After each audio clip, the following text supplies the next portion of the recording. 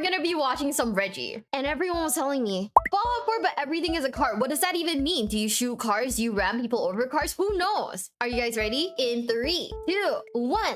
The year is 2077, and the American government has just finished research on the forced evolution virus. This pathogen is single-handedly responsible for transforming people into Slavs. Shortly after, the world was plunged into nuclear winter. Coincidence? I think not. It was definitely a bad time to be alive, but our timeline is even worse, because in this world, the virus doesn't evolve things into super mutants, it evolves them into cars, meaning that every single household item is now a car. Grandma's radio, car. Collection of coffee mugs, car. Your infant son? It's too late for him, I'm afraid. Even the very bullets inside of your gun? Also cars. No way. Simply put, 75% of the game assets have been replaced by cars, and society is not coping with it very well. These motor vehicles may seem innocuous, but they're actually ambush predators, and trust me, they will not hesitate to put you down. There's only one man who could hope to restore order to this world. Of course, I'm talking about Igor Bogdanov, because today we'll be playing as one half of the titular twins in an attempt to establish a thriving utopia and put an end to Carmageddon once and for all. Can we single-handedly rebuild society, or will we fall victim to a cruel and unusual form of precipitation? There's only one way to find out. But first, a word from our sponsor, NordVPN. A hypothetical situation. You're home alone browsing the internet, when suddenly a gang of cyber criminals break into your apartment and start harassing you. They're trying to steal your browser history and credit card information, and you're powerless to stop them. However, all of this could have been avoided with NordVPN, because Nord will protect your data and never let the cyber criminals find you in the first place. In fact, all it takes is one click of a button and you can change your location to anywhere in the world, allowing you to access hundreds of region-locked TV shows and movies. Nord has also introduced some additional features, such as their kill switch. When using other VPNs, there's a risk that you could momentarily lose connection to their servers and compromise your data, but not with Nord. Simply enable the kill switch, and if you lose connection at any point, Nord will temporarily disable your browser, thus ensuring your safety and anonymity. Other than that, they also offer Threat Protection Pro to shield you from online malware, such as the 800 terabyte zip bomb full of Bonzi Buddy that I am actively sending to your Gmail. So what are you waiting for? Go to nordvpn.com/ReggieGames to try Nord. For a limited time, they'll even give you 4 extra months of protection and a Saley eSIM with up to 20 gigabytes. This will help you stay connected to the internet at home or abroad through affordable data packages, thus allowing you to avoid expensive roaming charges. Trust me, it's a small price to pay for your personal safety. Thank you, NordVPN. Now back to the video. The nightmare begins in the character creation screen. Okay, I'm just saying,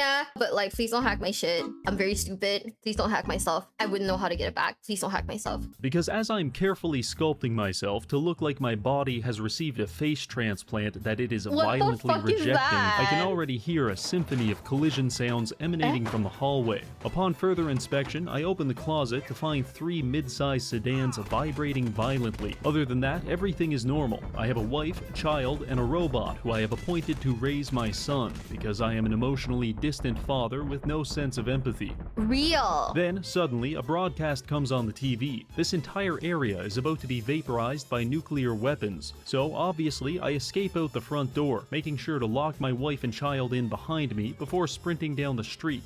In the wrong direction. I turn around, dodging and weaving my way through a series of cars as I race toward the fallout shelter. Many good people are left behind. I do not care. And despite Mr. Russell's best efforts, I'm the first one to make it to the elevator. I look behind me to see that my wife and child are trapped on the rear bumper of a Chevy Plymouth. Pay attention to the helicopter landing in the background, because it lands directly on top of a car, crushing it and setting off a chain reaction of explosions which killed the entire neighborhood. I was hoping that was just bad luck, but this pilot is nothing if not consistent.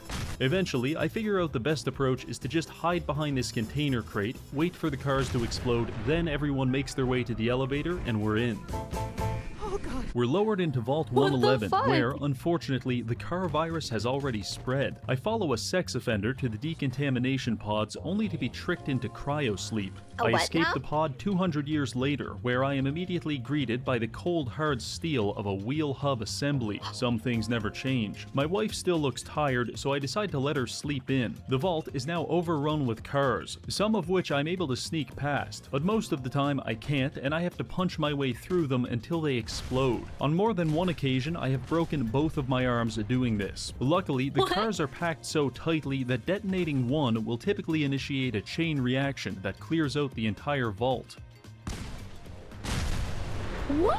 Good news for us, bad news for the rad roaches. After a few more explosions, I make my way to the exit and ride the elevator up. We finally made it outside, where I bear witness to several cars majestically sailing through the skies. My neighborhood has been hit hard by the car virus, but this is nothing. Over the horizon, I see the Red Rocket truck stop spewing cars into the atmosphere like some kind of volcano. You may look at this and think, what's the big deal, Reggie? It's just some cars. Well, I'll tell you, not only do I have to contend with the ever-present danger of a car falling from the heavens and pulverizing me, but thanks to a bug in the game, if I brush up against a car in the wrong way, there's about a 50% chance it'll just kill me. This happened about a dozen times in the first hour of playing. What? But if we let our lives be governed by fear, then truly, the terrorists have won. So regardless, it's time to venture forth. We have two goals. Holy One, shit, what destroy the the Institute, because in Fallout 4, the Institute is responsible for every misfortune, ranging from gangland killings to erectile dysfunction. So I'm just assuming they did the car thing too. And our second goal, rebuild society from the ground up. Our first stop is going to be Concord. If we want to restore order to this world, we're going to need the help of notorious war criminal Preston Garvey, and he's trapped inside this building. I made my way there and began wading through the sea of cars that flooded the streets. I was struggling to make progress, because for every car I could climb over, the raiders were shooting out a dozen more. I snuck up on them and began neutralizing them with my own brand of automotive justice. I will admit, car-based combat is pretty awkward, but by far the worst part is when you're in the middle of 100 cars and you hear the sound of exactly one of them catching on fire. You can try to run, but at that point, it's already too late.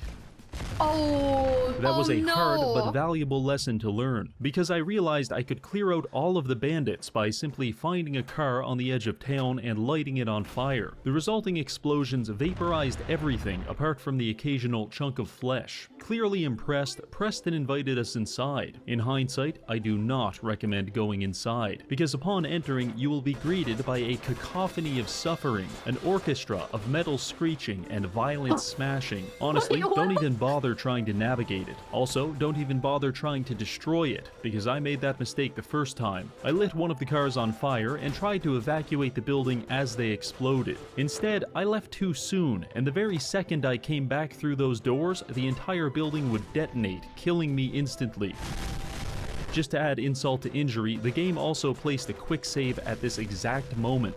Thank you, Todd. That was lovely. This left me with no other choice. I'm going to have to construct a bridge made entirely out of cars that span from the top floor of this building all the way across to the museum's rooftop access. So I prepared some rough sketches and got to work. I started by sprinting my way up the apartment building, but unfortunately the cars ambushed me on the staircase. After dealing with that, I climbed onto the roof and began the construction process. Making a giant pile of cars might seem simple enough, but there's a few things I need to warn you about. First, you may feel tempted to use the shotgun because it fires 9 cars at a time. However, the collision damage from 9 high-velocity sedans will cause a grease fire, at which point I highly recommend running as far away as possible. Just kidding, it won't make a difference anyway.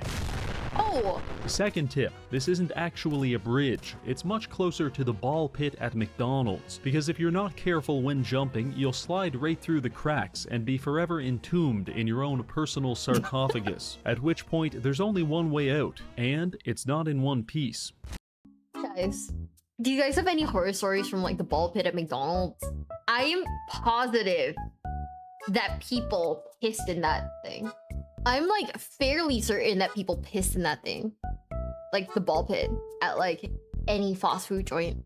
Never went into one. I remember like being in one and then my mother like very quickly pulling me out because some other kid was like yelling about how they pissed in the ball pit. I'd be more surprised if there wasn't piss in it. Yeah, like I mean, I don't think I ever touched it, but like, man, people are so fucking weird, dude. DashCon experience? Didn't someone like... Oh, yeah, right? DashCon had like a ball pit, yeah? Play area in general, not just a ball pit. If you really think about it, like, I was raised like, you know, where we still had like play areas and whatnot. Yeah, think about all the germs that must have been in those places. And now I'm a frail and sickly adult. Shouldn't I have like the world's strongest like immune system? What the hell? Like, yeah, right. And now I'm frail and sickly like I'm a Victorian child. Is your immune system that bad? Oh yeah, buddy. I've caught COVID like 4 times now. One more and I get a free lollipop the next time I visit the doctor. Oh yeah, buddy. Other than that, it really just comes down to luck. In my case, it took about 30 minutes and 97 cars for me to finally make it across. Several days later, I found out you can actually just jump to the roof from this nearby church. It was a bad day in the Reginald household when I came to that realization. Anyway, I entered the 3rd floor of the museum, only to realize that the cars were literally stacked up to the ceiling. I somehow managed to navigate this automotive hellscape and make it to Preston, but he refused to open the door until I had personally killed all of the bandits. What the hell? My plan for killing them was to get in this suit of power armor, find a relatively safe corner, and then light a car on fire and pray for survival. Much to my surprise, this actually worked. I tried to find the remaining enemies, but they sent me flying through the very map itself. When I came back to finish them off, I realized they had crushed themselves to death with their own cars. Amateurs. With that taken care of, Preston finally let me inside and began speaking with me as if he wasn't currently lodged atop a filing cabinet. He proceeded to espouse some very racially charged rhetoric about Rhodesians. Fried chicken! I told him that was wildly inappropriate, and we agreed to discuss it later. In the meantime, I have to go outside and kill more criminals. My only advice for this section is don't get cocky just because you're in power armor, because those raiders will absolutely laser you, and I cannot express how jarring it is to get hit by a car, fly through the air for 30 seconds, wake up in a different time zone, and then get hit again. Also, that bridge we made, I recommend using that to your advantage. And finally, don't stand too close to Preston.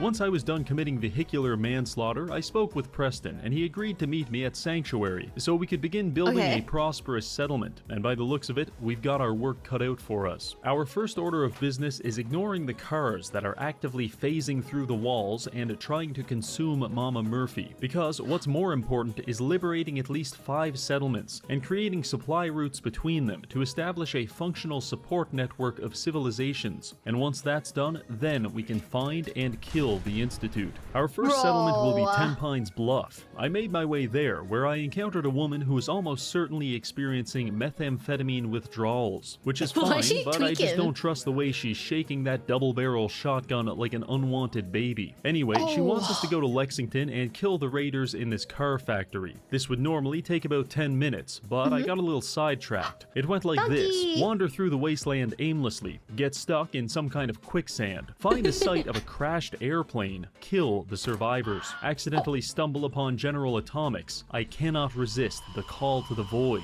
die several times in a sea of cars before finally making it inside the bowling alley, hit a perfect strike, and then attempt to commit identity fraud when confronted by a robot. Fail at committing identity fraud, blow everything up in frustration, and go hunting to let off some steam. After that, I made my way to Lexington, where I very narrowly dodged a projectile car, only to immediately get shot in the back of the head with a Ford Pinto. Ladies and gentlemen, meet the Lexington Welcoming Committee. I do not enjoy their gifts. Fortunately, they blew themselves up shortly after, and I made my way to the target. It's here where I pioneered a new offensive technique. I call it the wick, because you load up your target with about 24 cars and then create a long string of them leading to safety, which you can ignite much like a wick. This allows us to detonate several atomic bombs worth of cars from a safe distance, or so I thought. You see, the explosion of 25 cars sends a lot of shrapnel flying, and if you're not careful, you're going to catch one in the face. So I tried again, this time hiding behind a tree,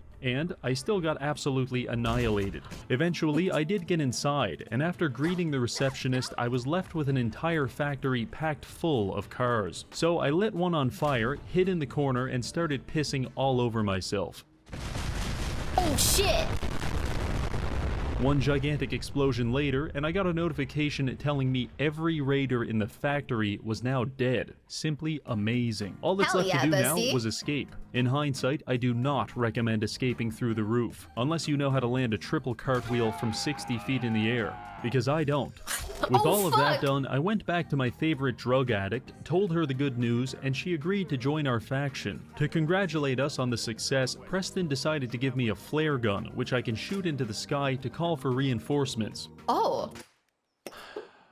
Thanks, Preston. I love it. On to the next settlement, Starlight Drive-In. On my way there, I stopped by Trudy's diner and tried to intimidate the bandits into leaving her alone, and I failed. But similarly, Wolfgang failed to survive the resulting nuclear blast, and after that, I found Simone engaged in a life-or-death battle against Trash Can Carla, a duel which they both lost. Following this, Trudy sold me some radiation medication for all the plutonium I've been inhaling, and then I was on my way. Clearing the drive-in was simply a matter of filling it with vehicles, beating one of them with a tire iron, and then watching as a dozen mole rats go up in flames. That makes 3 settlements in total, with 2 left to go. And next, we're heading to Oberlin Station. On my way there, I was presented with a tantalizingly tempting opportunity. A Pulowski preservation shelter surrounded by yet-to-be-exploded cars. Obviously, I had to put this to the test. And while I was expecting to be turned into a human smoothie, the shelter actually worked. Following this, I met the leader of Oberlin Station, who complained about being victimized by a gang of violent criminals operating out of Backstreet apparel. Don't worry, lady, I'm a fucking psycho. So I made my way to the fens and started fighting through each neighborhood in close quarters urban combat. This area is teeming with suicidal super mutants, rabid animals, trigger-happy bandits, and around every corner, there's a car waiting to rip your face off. Guys, I'm not even gonna lie. This is tickling my ADHD in a way I didn't know it was possible. Holy shit.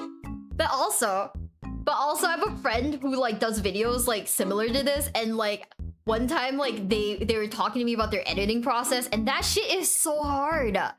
That shit's crazy. I was like, oh my god, if I ever had to do edits like the way that like the big content creators do, I would probably lose my fucking mind. I am really impressed. Like, I am genuinely like, holy, is your friend Maxer? Yeah, that's my bestie right there. Dude, their editing process is fucking insane. Like I'm not even gonna lie to you. When he told me that his editing like usually takes about 3 months, I was like, wow, that actually seems about right. That like really seems about right, because there's so much. Miwa editing stream when? You know, the only videos I've edited are like Duologs' top 10 videos, and those take a lot of tears. Like, those take a lot of tears from me, and it's barely anything like difficult. Yeah. Days work like 30 seconds of a video.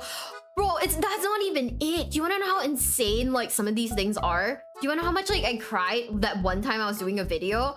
And it was just because I couldn't get it to look the way I like it. So I don't think I can edit videos, yeah? Because like, I will crash out. Just edit split once and it broke my whole mind. Logs makes you edit his videos. No. So like, on occasion I'll edit like Duologs videos just for like extra money. Cause you know, haha, we poor out here in this economy. No, but like, on occasion I will edit like Duologs videos, and they're not, I wouldn't say they're the most difficult, but it is a lot of work.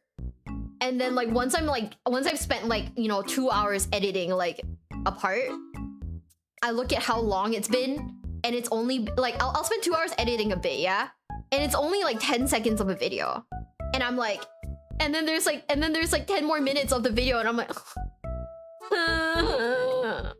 you know, there was edit split once, it broke my whole mind. Bro, I could not, like, I saw it and I was like, holy shit, that's insane, that's crazy. I'd rather edit than do animation. Animation hurts my soul. People who actually have like I don't know if I'm too ADHD for that shit. Like, I'm gonna be real, I don't know if I'm too ADHD for it, but people who can do that, you guys are like crazy. You guys are like, that's like actually insane fucking work, dude. I rather do neither. That's why I stream, because like I can talk and be as ADHD as I want. You know, should I be bad, order curry, or be good and eat at home? Eat at home. When you check your bank account and realize that you didn't spend money on an overpriced curry, you will be happier. Never watch a Deluxe vid again when I think about how it made me cry. No. You see. I cry because I'm weak. Okay? I cry because I'm a weak bitch when it comes to editing. The rest of the editors, they are goated. Like, they're goated like with the sauce, okay? Me, weak as fuck. The soy editor versus the chat editor, that's me. Your perfectionism getting into your way and despairing doing something, I feel a lot. Bro, one time I crashed out and like deleted like the entire video because I watched it after I was done and I hated it. And I crashed out and deleted the entire thing. I was so fucking pissed with myself. It was so bad. No, I crashed out hard. Yeah, so like it's probably not a good thing. Realistically, it's not a good thing. For these ailments, Dr. Reginald prescribes live hand grenades. What? Use these well, and they'll make your life a lot easier, and their life a lot shorter. You know, just watch out for the mega cars. I spotted one of these at the end of the street and was drawn to it like some kind of siren. But once I got close, it launched a car at me, at which point I decided it had to die. After that, I made my way into Backstreet apparel and immediately realized two things. One, it's absolutely stuffed with cars. And two, some maniac lobbed a grenade at me, at which point I left. If I go back in there, I'm not surviving. So I entered through the roof, where I received a notification that the quest had been completed. Geez, I wonder what happened. Briefly exploring the building, I sifted through a medley of human body parts. Some died in their sleep, others hard at work. The only known survivor was a singular teddy bear on the toilet. The mission is complete, but since I was in the area, I thought I'd stop by Diamond City to see how it was coping with the whole carpocalypse thing. I approached Piper, but felt extremely uneasy about the car dangling over her head. My suspicions were confirmed when it smashed my skull into a million pieces. After respawning, I can confirm that this car in specific is an absolute bastard. When I did eventually get inside, things weren't looking so good. The cars were blocking access to several homes and storefronts, and at least a dozen people appeared to be homeless as a result. Also, within minutes of being here, I witnessed a man pull a gun on his own brother before security guards blew his head off with a car. This place has gone to hell. So I promptly left, only to be crushed by automotive precipitation within seconds of leaving. But it's not all bad, because while I was there, I pawned my wedding ring to a Spanish man in exchange for a long-range scope on my rifle and a silencer for my pistol. Now my enemies will never know what hit them. With that, I decided to head back to Preston for our final mission, and my transit was accelerated substantially when I made the mistake of jumping on this pile of cars and getting launched into a ditch 300 feet away. Following this, I spoke with Preston, and he assigned me to help Nordhagen Beach. On my way there, I encountered several things. One of them, a junkyard full of cars that I can't blow up. Terrifying. For some reason, I felt a deep personal need to conquer this area in specific, so I tried. Guys, the Gachimuchi is really throwing me off right now. If you guys don't know what Gachimuchi base is, congratulations, you did not grow up on Nico Nico Doga, and it shows. Oh my god. This was a mistake, because I spent the next 30 minutes dying, being lit on fire, or my personal favorite, being chased through the woods by a suicide bomber, accidentally blinding myself, and then getting attacked by a black bear that I can't even see. Bear! After much suffering, I did manage to clear out 99% of the junkyard. The only survivor was a singular super mutant wielding a wooden 2x4. I used this as an opportunity to bully him extensively, until I got bored, lodged him in some construction equipment, and meleeed his foot until he died. Abusing him in this way channeled some feeling similar to melting an ant with a magnifying glass, and personally, I liked it a lot. What? What the fuck? Wait. Okay, you guys don't know what Gachimuchi is. Gachimuchi, back in like, I think it was like 2010s, people would do edits of like,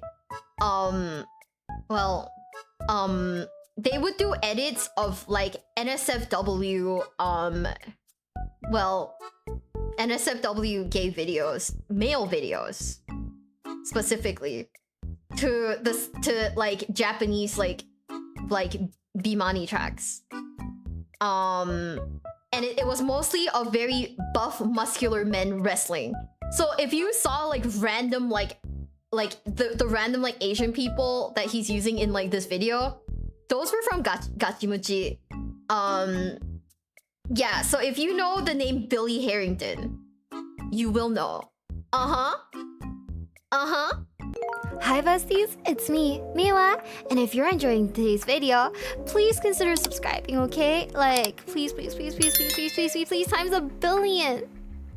I'm like, really asking this of you, ne? What the hell are you watching as a kid? Nico Nico Doga is basically the YouTube of like Japan before like YouTube, you know, like that was like the YouTube of Japan back in like the 2010s. He uses them in every video. Oh, okay. Well, you know, that's Gachimuchi. It used to be really good. Gachi isn't the guy. You never forget Billy Sag. Yeah, 07's Billy Harrington. There's one edit, yeah, that I still think is so fucking funny, but I can't show it on stream because I'm pretty sure I get like banned. It has a game on Steam called House of Detention. Oh my god, you know, I don't think we can play that. But what is it called again? House of Detention, yeah? Okay, hold on. Why is there an 18 plus patch? So anyways, we're gonna add this to cart. And yeah, guys, let's keep watching the video. Now that I've explained, you know, Gachimuchi to you guys. I think you guys know streamer safe mode without the pack. We're not streaming this. We're not streaming this.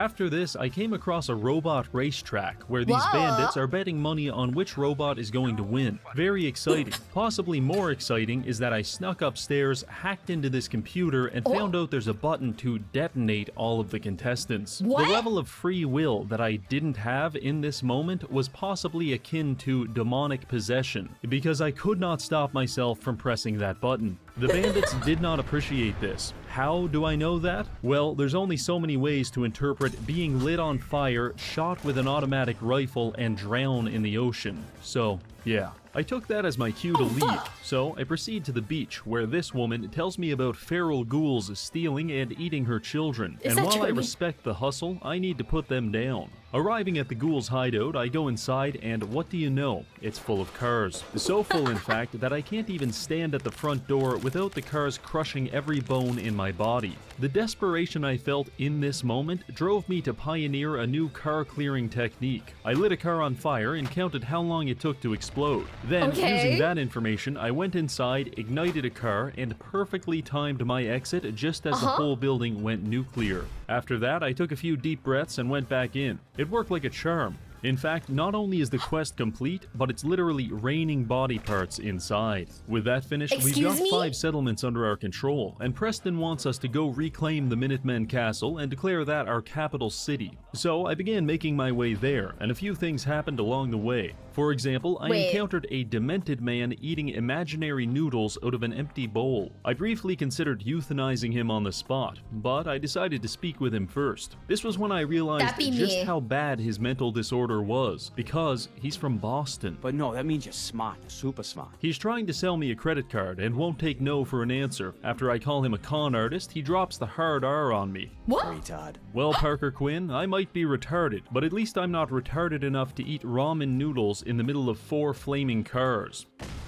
After they exploded, I searched his body. This chaotic lunatic didn't even have a credit card in the first place. By the way, I want you guys to know, I think the advertisers don't know like where I'm from, because I've been getting like sponsorship emails from like Starlink. They're like, hey, do you want to be sponsored just in case your internet dies while you're streaming? And I'm like, sir, I'm not from your country. No, but like I was like, I don't live in your country. If my internet dies, what are you guys gonna do for me? I don't even know, man. Like, I'm just a girl. Shit. Oh my god, you're right. Oh my god, what if it's just like a scammer? Usually they say no to sponsorship like emails because half the time they're like, yeah, we don't know where you're from. we don't know where you're from, but we think that like you might like our product. And I'm like, well, you're not gonna ship to me because you only want creators in the US or the UK. And I'm neither one of those things. So you're not sending me shit, buddy. But TY though.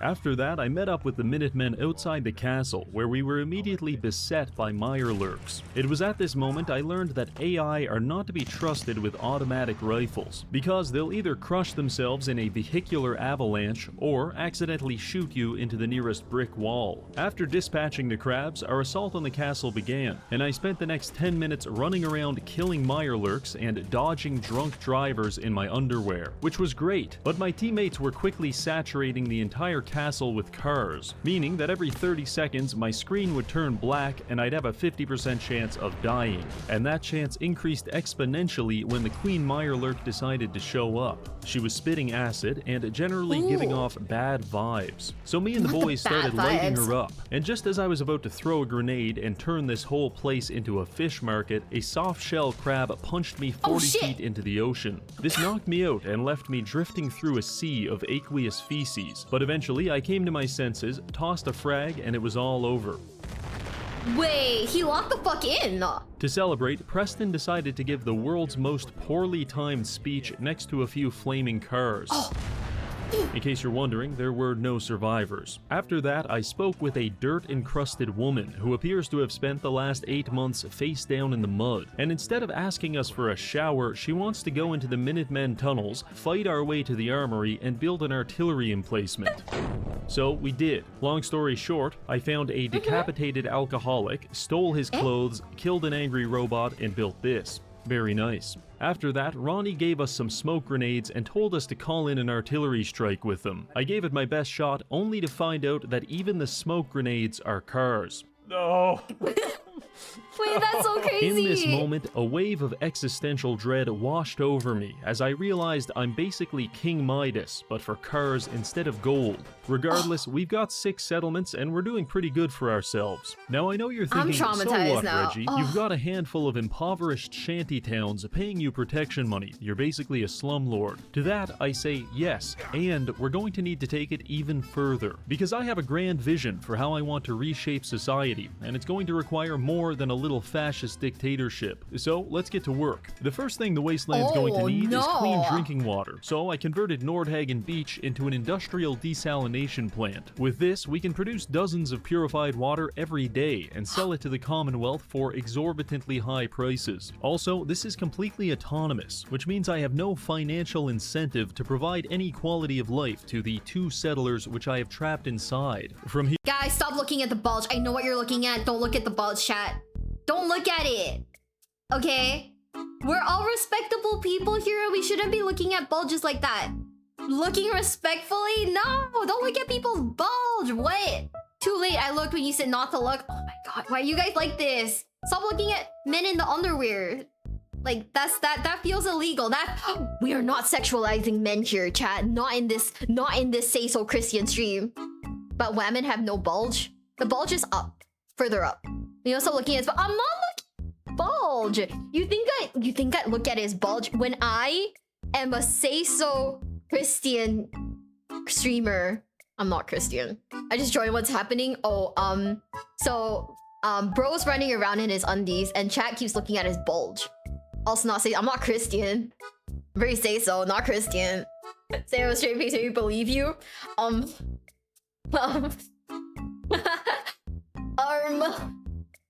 Do these no rules still apply to Fiendsmith and Graver? Yes, because we are Say So Christian. Recite the Lord's Prayer if you're Christian, prove it. I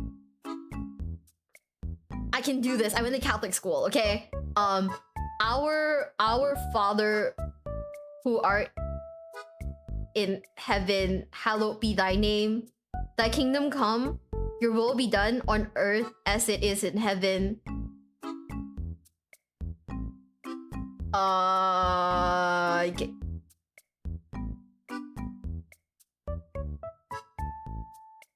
Gang.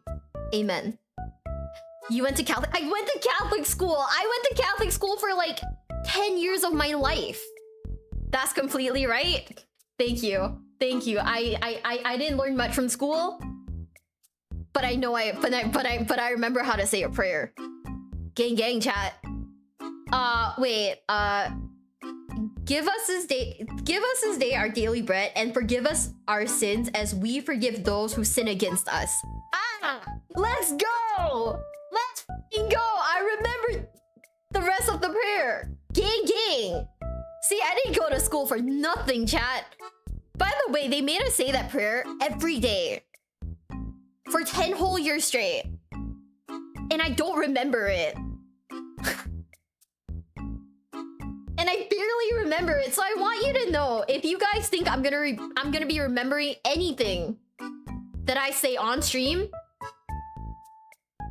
no.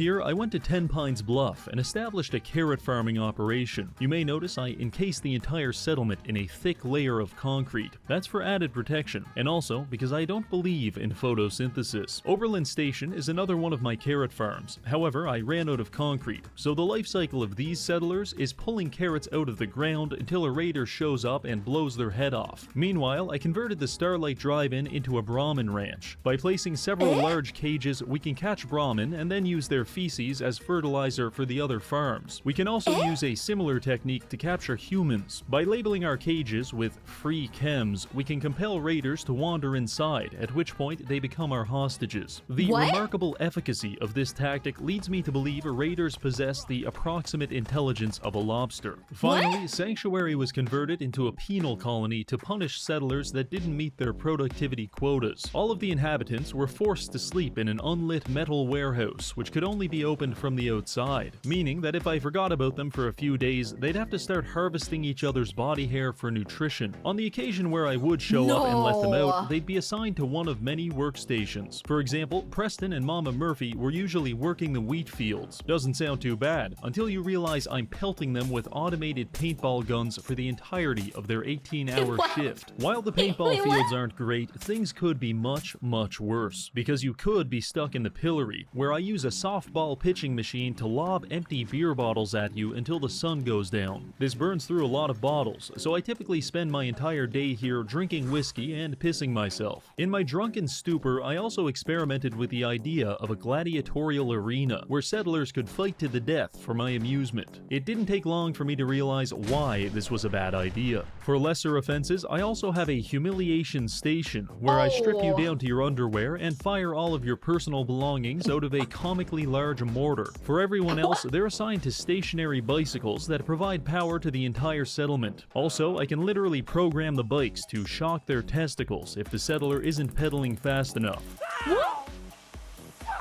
And yes, this can kill them.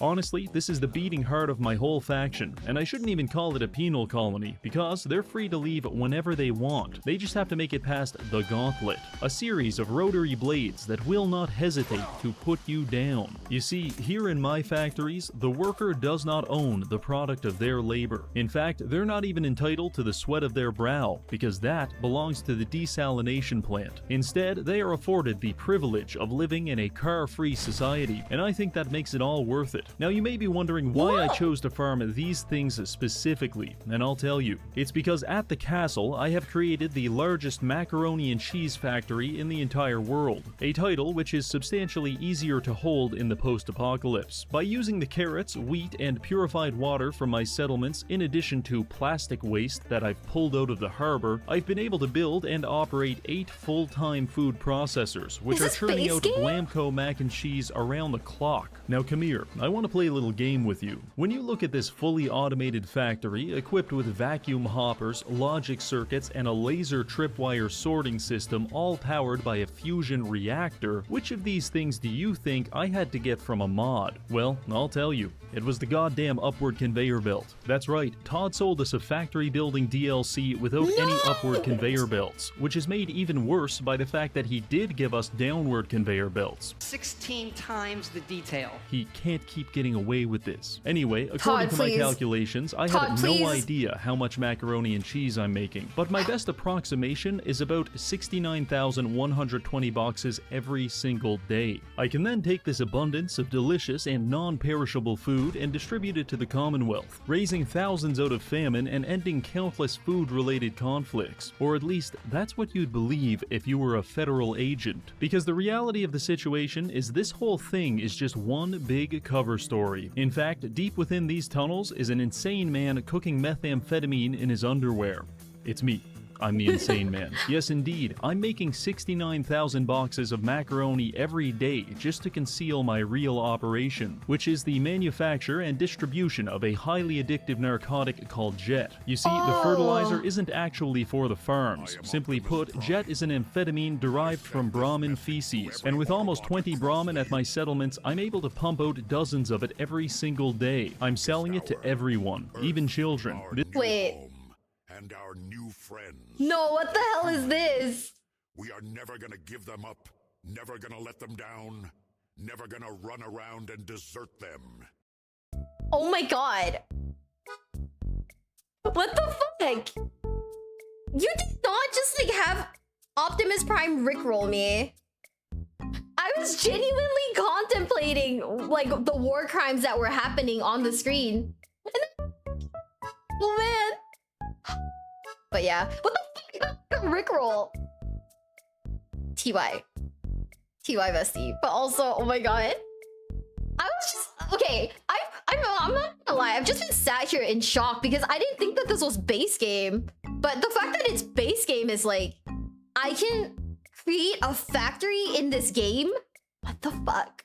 This little bastard can't get enough of the stuff. Oh, and all those bandits we've been killing, they were just rival dealers. Simply put, we've got a monopoly on this whole thing. But I'll be honest, running a drug den within a macaroni factory does get a little complicated, and I'd be lying if I said there wasn't the occasional slip-up. Ooh, this pasta got me wired.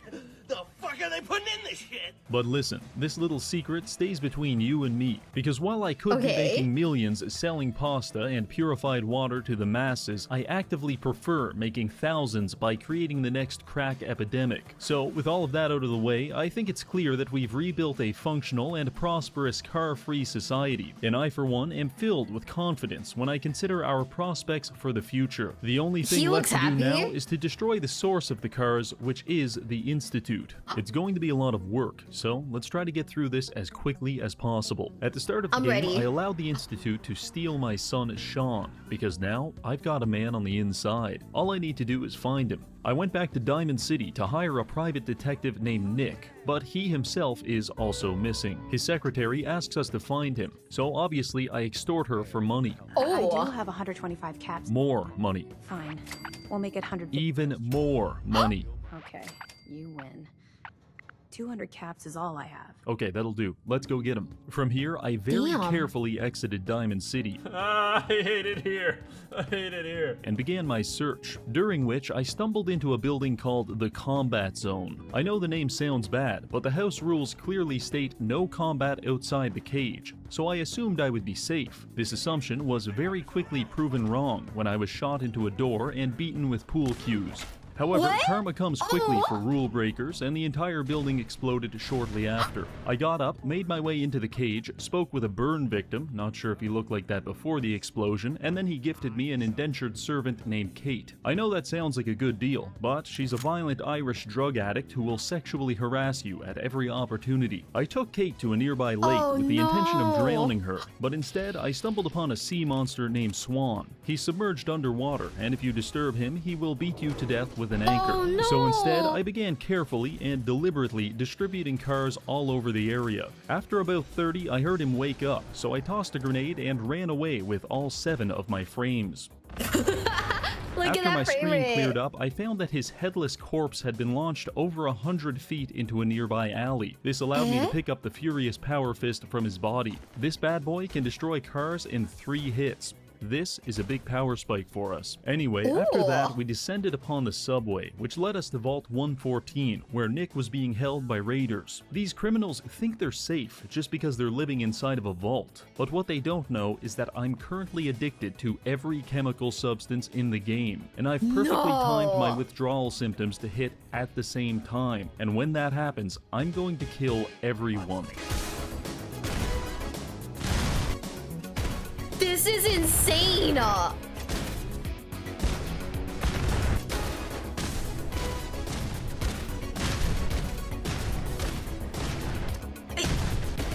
Yo, I mean, I like that it's on beat, There too. is a temptation to feel guilty about the fact that 95% of my victims can't even be identified through dental records, but they should have thought about that before being born. After the killing spree, we found Nick and began our escape, but our progress came to a grinding halt when Nick became hyper-fixated on this specific laundry room. He just stood there for hours, and nothing I could do could get him to leave. Eventually, I realized I could move him around by punching him in the face, and so began the hour-long journey of punching Nick all the way to the objective. But you've got to be careful, because even though he has about 150 concussions by this point, he will not hesitate to jump up and start running back to the washing machine if you let him. So stay vigilant and keep swinging. Eventually, I got him to the objective, and we were just about to escape when we were confronted by Skinny Malone and his thugs. Fortunately, I was able to weaponize my status as a terminally online man to red pill Skinny into believing that his girlfriend was just using him for his money. This revelation made him feel so dejected that he didn't even want to fight us. The one condition is that we only have 10 seconds to leave. But Nick is currently fighting and losing a battle against a 1955 Lincoln Indianapolis, so he couldn't escape and they got pissed. I really wish every social interaction didn't have to end like this, but here we are. After this, we met Nick at his office to discuss our plans to find my son and destroy the Institute. He tells me to take a seat and get comfortable, so I remove all of my clothes. We identify the man that took Sean as Kellogg and decide to break into his house and look for clues. The only issue, it was booby-trapped. Yeah, whole thing full of cars. I wanted to experiment to see if I was high enough level to survive the explosion, so I wiggled my way upstairs, drank an entire bottle of vodka, lit a car on fire, and waited to face my destiny. Destiny hurt a lot, but I survived by jamming adrenaline syringes into my chest and plugging my wounds with leftover food. Nick and Kate were also completely fine. With the cars now cleared out, we were able to find Kellogg's gooning chamber, which had no shortage of genetic material. Genetic material which we then used to track him down with the help of a dog. I'm not exaggerating when I say that I probably died 50 times during this part. And I don't know why. Things just kept exploding. Eventually, I was even able to predict my deaths down to the second. 3, 2, 1. Much like Chinese water torture, this form of suffering was terrible in its simplicity and irresistible in its truth. After much hyperventilating, I made it to Fort Hagen, where Kellogg was hiding out. I entered through the roof, got pinned in the corner, and then had to endure the entire building exploding for the next 25 seconds. By some divine miracle, I survived this ordeal and killed my way to Kellogg. When I met him, I delivered a pretty sweet one-liner and then got put down like a dog. For my second attempt, I just jumped straight to filling the entire room with cars and blowing it up. I have yet to find a more effective combat technique than this. After this, it was back to Nick's to discuss what happened. Kellogg didn't give us any information on account of the incident, but Nick tells me there's a voodoo shaman that can read people's minds, which is convenient because I just so happened to scoop up a fistful of Kellogg's brain matter back at Fort Hagen. So we make our way to Good Neighbor to meet the doctor. Within 60 seconds of arriving, a man extorts me for protection money and is immediately stabbed to death. Looks like someone wasn't paying their protection fees. After that, I head to the memory den, where I am victimized by a car half a dozen times. I cannot properly express the anxiety I now experience when entering buildings. But if you can imagine that behind every door, cabinet, and cupboard in your house, a car is waiting to kill you, then you are approximating the surrealist hell that is my reality. Eventually, I made it past the cars and met Dr. Amelia, who offers to put me inside of Kellogg's memories to try and find the location of the Institute. So I agree. Was that Astolfo? You know, Real. And dear God, there's cars even in the memories. I spent some time rooting through Kellogg's psyche, where I learned that he's so violent because his father didn't breastfeed him enough as a child. I also learned that there's an escaped scientist from the Institute, and if I find him, he can tell us how to get in. His name is Virgil, and he's hiding out in a sea of radioactivity. So I very carefully navigated my way to the nearest clothing store, making sure to die several times in the process. After which, I bought myself a hazmat suit. This should mitigate the radiation from the glowing sea. On our way there, I observed the arrival of the Brotherhood of Steel. They've got all kinds of helicopters flying around, but they're not coping very well with the local anti-air defenses. Anyway, I arrived at the glowing sea and equipped my suit, giving me near 100% radiation immunity. Kate, on the other hand, well, she's pushing the theory of radiation hormesis to its upper limits. Honestly, once you get past the prostate cancer, the glowing sea isn't too bad. I fought a few things, realized the utility of a double-barrel shotgun, and then absolutely humiliated this Deathclaw. Proceeding a little further led us to the Children of Adam. They're basically a cult that worships radioactivity, but despite all of their brain tumors, they were actually quite helpful. They told me that Virgil is holed up in a cave down the road. To reward them for their cooperation, I decided to release the radioactivity trapped inside of these cars by blowing up their entire settlement. I know, it's a thoughtful gift. This detonation left only Brother Ward and Brother Foster to repopulate the entire settlement, and Foster doesn't seem to be handling the news well. I make my way to Virgil's edging cave, where I find him so backed up that he's literally changing colors. He agrees to help us, but says the only way to get into the Institute is by teleporter, and we're going to need a transmitter chip from inside a Corser skull to design one. Why does he look like an orc? Why does bro like straight up look like an orc? Like Warhammer orc? Or am I blind? Am I blind? No. Super mutant. Oh, you see, this is how you know I actually haven't played Fallout. What? I haven't played Fallout. I probably should though, huh? Luckily, I knew exactly where to find this, so I made my way to Green Tech Genetics, a building which could not, for the life of it, stop exploding. After I waited that out, I shotgunned my way through a couple of gunners and arrived at the Corser, just in time to witness him execute a man at point-blank range with a Ford Ranchero. So I made my way up there and introduced myself. Are you here for the synth? Fuck you. The Corser turned invisible, as if any part of my plan actually involved being able to see him. 14 car explosions later, I had his brain in my hand. The only people that are capable of decoding this brain chip are the Railroad, a highly secretive society of anti-Institute resistance fighters. So clandestine is their operation that the only way to find them is following a bright red line on the ground for 10 minutes and then entering Railroad as the password to their base. Holy shit. Anyway, I met with the Railroad and started lying to them immediately, because why else would I be playing a charisma build? They agreed to help and introduced me to a clearly neurodivergent man who attempted to decode the chip by endlessly typing the same 4 letters on his keyboard as I phased in and out of consciousness due to my acute radiation poisoning. Stunningly, this worked, and we now have all the information needed to design a teleporter. For some reason, I trusted Virgil to do this, despite him being a biologist and not an engineer. I don't know if you're aware, but that's like hiring a plumber to do your heart surgery. Anyway, in the spirit of making bad decisions, I took Virgil's teleporter schematics to Sturgis to build it, despite the fact that I have personally witnessed him hammering a wall with no nails for over an hour. If that wasn't bad enough, he came back and told me we could build this space-age teleporter using the random garbage lying around our slums. So I did. But I have never felt less confident about something in my entire life. Regardless, he flipped the switch and teleported me into the Institute, where I then took the world's slowest elevator downstairs to find my son Sean, who, for some reason, is scared of the naked man smelling of vodka with a bloody power fist, because he's claiming that I'm not his father. Shortly after, a character named Father enters the room and introduces Sean as his son. And the product of my semen is my son's. Sean. Long story short, Father is my son, and Sean isn't even human. Was that Vince McMahon and Shane? I forgot he said that. No, you know what? I don't even remember what era that was. But like, holy fucking shit, I forgot he said that. No way. If I ever have kids, I will introduce them as a product of my eggs. 100%. I'll fucking do it. In fact, he's a Redditor. My father's son then spends his next 20 lines of dialogue trying to convince me on the merits of dating femboys. Please try and keep an open mind. This is insane. Right, wrong, irrelevant. It really is humanity's best hope for the future. Maybe. I don't know. I've been Is part it? of something amazing here. And now, after all these years, you have an opportunity to help with that.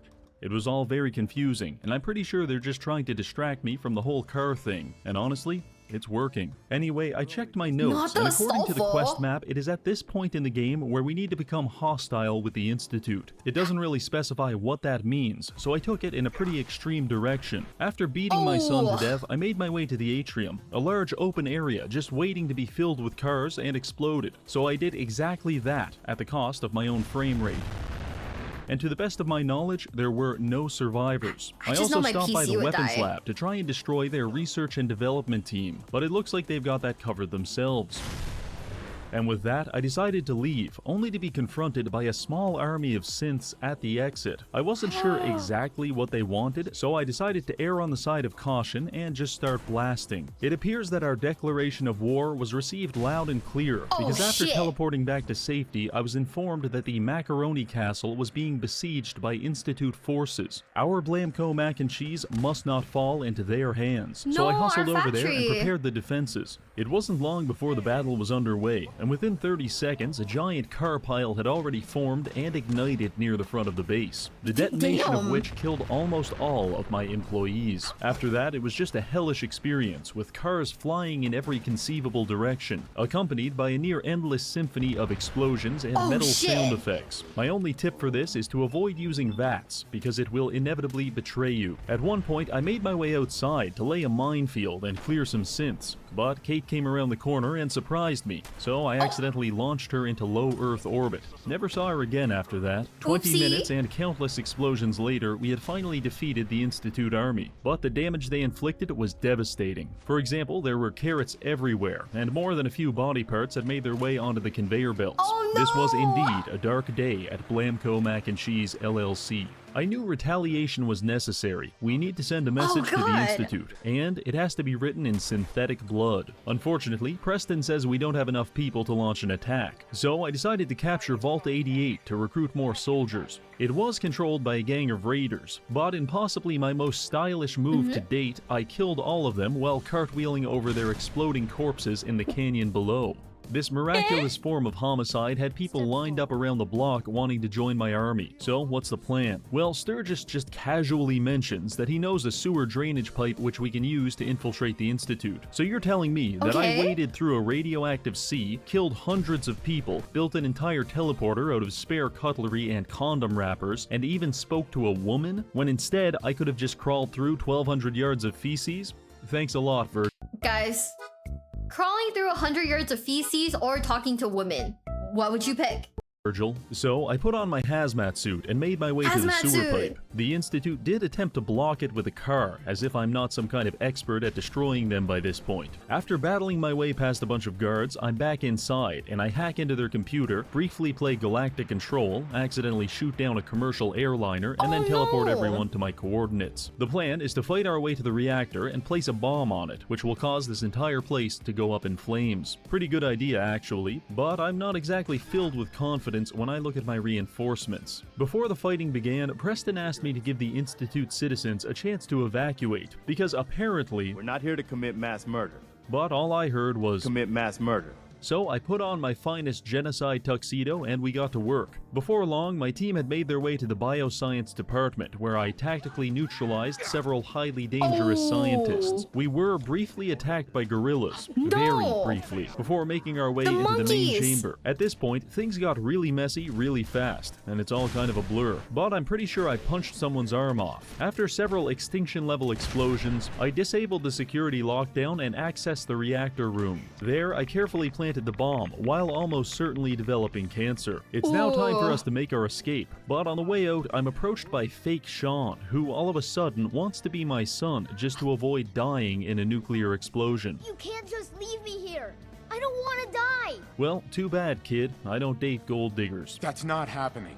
So we teleported out and I pressed the biggest and reddest button of them all, instantly vaporizing the Institute and destroying the source of the cars once and for all. It's finally over. Oh, and Preston did have a mental breakdown because I didn't evacuate the civilians, but he'll get over it. With the Institute destroyed and my colonies prospering, it's safe to say we've been very successful, and I believe success is something that's meant to be shared. Personally, I can't think of anyone more deserving than the fine people at Diamond City. They've helped me on numerous occasions, which is why I've decided to donate to them 100,000 boxes of Blamco mac and cheese. It is my hope that this will be received as a sign of goodwill that might bring our factions closer together. The only problem is that my factory doesn't process things while I'm away. Thanks a lot, Todd. So I went back to the castle, sat down in my finest chair, and left my PC running for the next 36 hours. By the time I returned, I had become a pasta god, and it is now time to reward my subjects.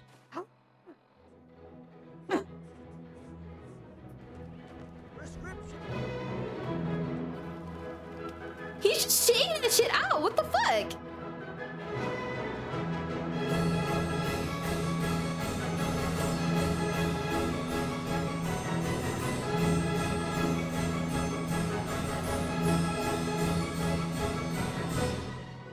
Well, there it is, 100,000 boxes of Blamco mac and cheese enveloping Diamond City like a warm blanket. However, there were no celebrations, no fireworks, and the city was not undergoing the massive cultural and scientific renaissance that I was expecting. And I didn't understand why. It's perfectly good food, but upon closer inspection, it became obvious. All of this pasta is uncooked. No wonder they're not eating it. So what we need is heat, the byproduct of an exothermic reaction. An exothermic reaction, such as a car exploding. Fret not, Diamond City, I've got just what you're looking for. Gentlemen, it's time to cook.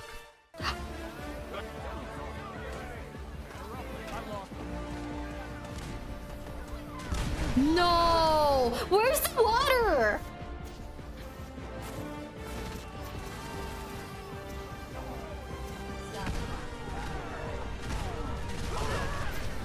This is my city.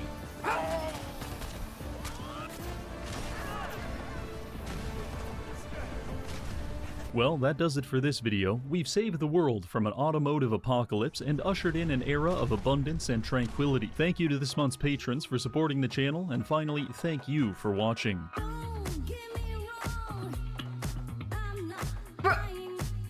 You know, every time I watch a Reggie video, I'm not like ready for it. I don't think I'm ready for it like mentally or emotionally. I think I'm ready for it at all. Oh my god.